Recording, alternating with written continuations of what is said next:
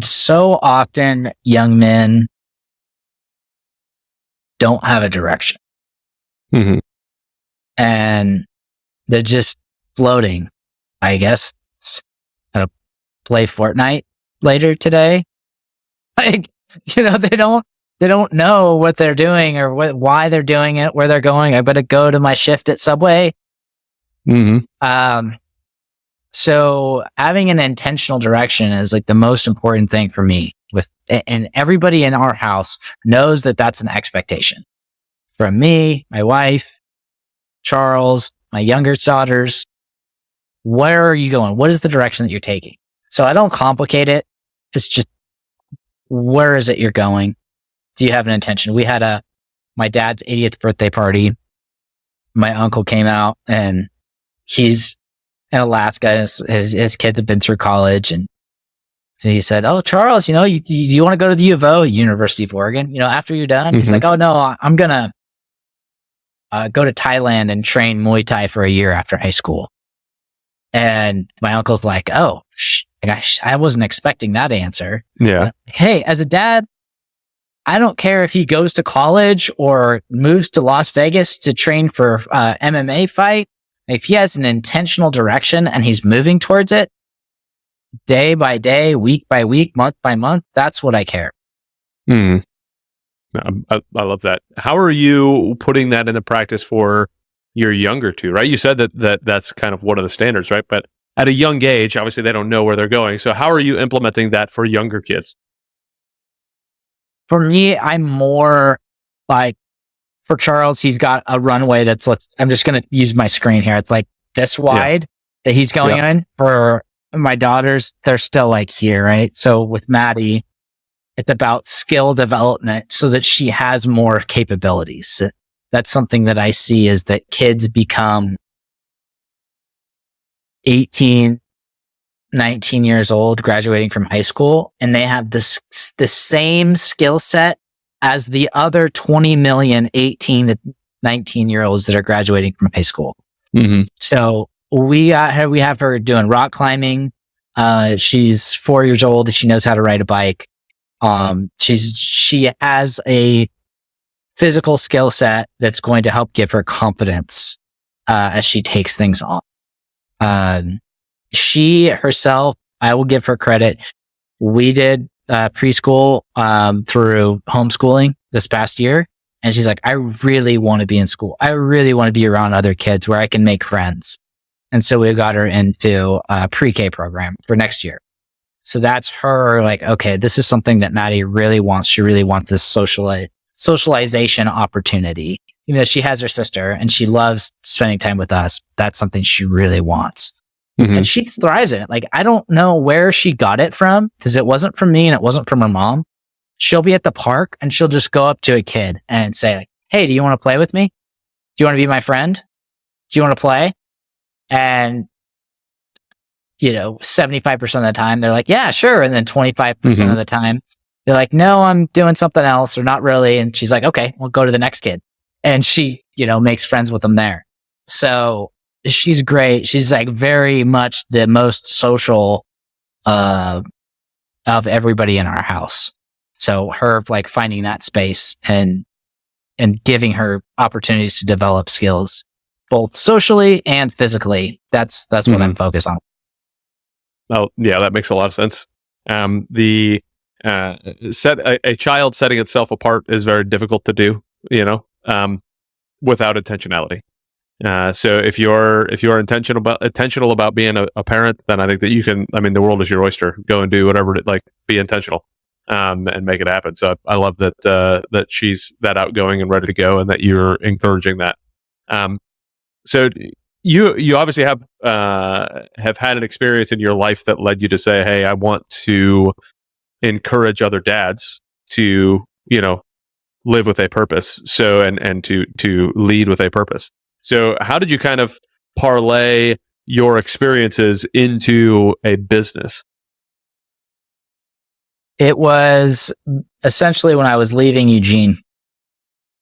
I had the retreat program that I was running, and I was actually starting to already pick up some, because I had a great coach myself, picking up some coaching clients of dads who wanted to improve their leadership and using the principles that I was doing to get Charles back. So it was like, okay, well, I can either continue on the path that I'm on and grow this business, or substitute teach when I moved there. And that was like, I really don't want to substitute teach. That sounds terrible.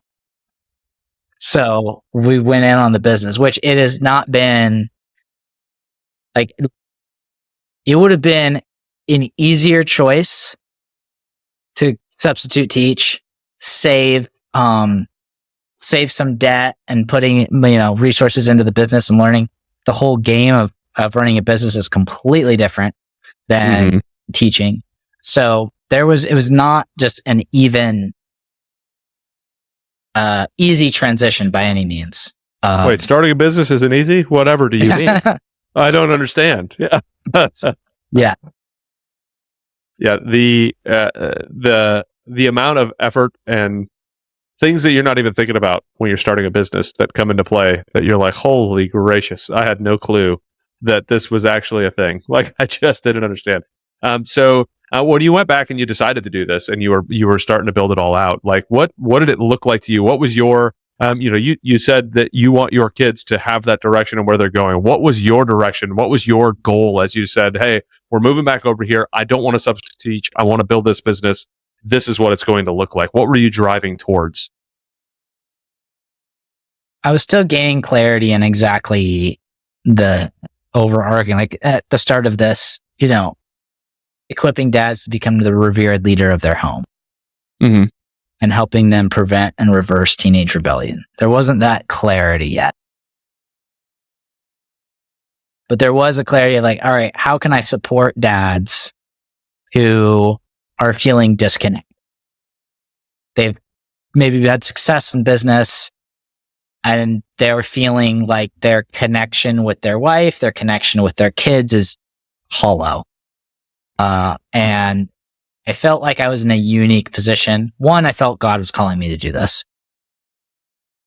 Two, I felt like I had a unique perspective as a former teacher. I had worked with so many different kids. When people are talking to me about their kids, I can picture their kids in the PE class and how they would behave.